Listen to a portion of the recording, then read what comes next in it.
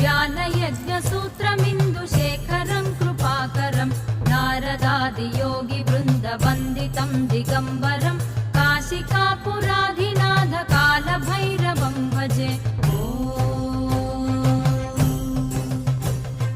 भानुकोटिभास्वरं भवाब्धितारकं परं नीलकण्ठमीप्सितार्धदायकं त्रिलोचनं कालकालमम्बुजाक्षमक्षशूलमक्षरं काशिकापुराधिनाथ कालभैरवं भजे। शूलटङ्कपाशदण्डपाणिमादिकारणं श्यामकायमादिदेवमक्षरं निरामयं भीमविक्रमं प्रभुं विचित्रताण्डवप्रियं काशिकापुराधिनाथ कालभैरवं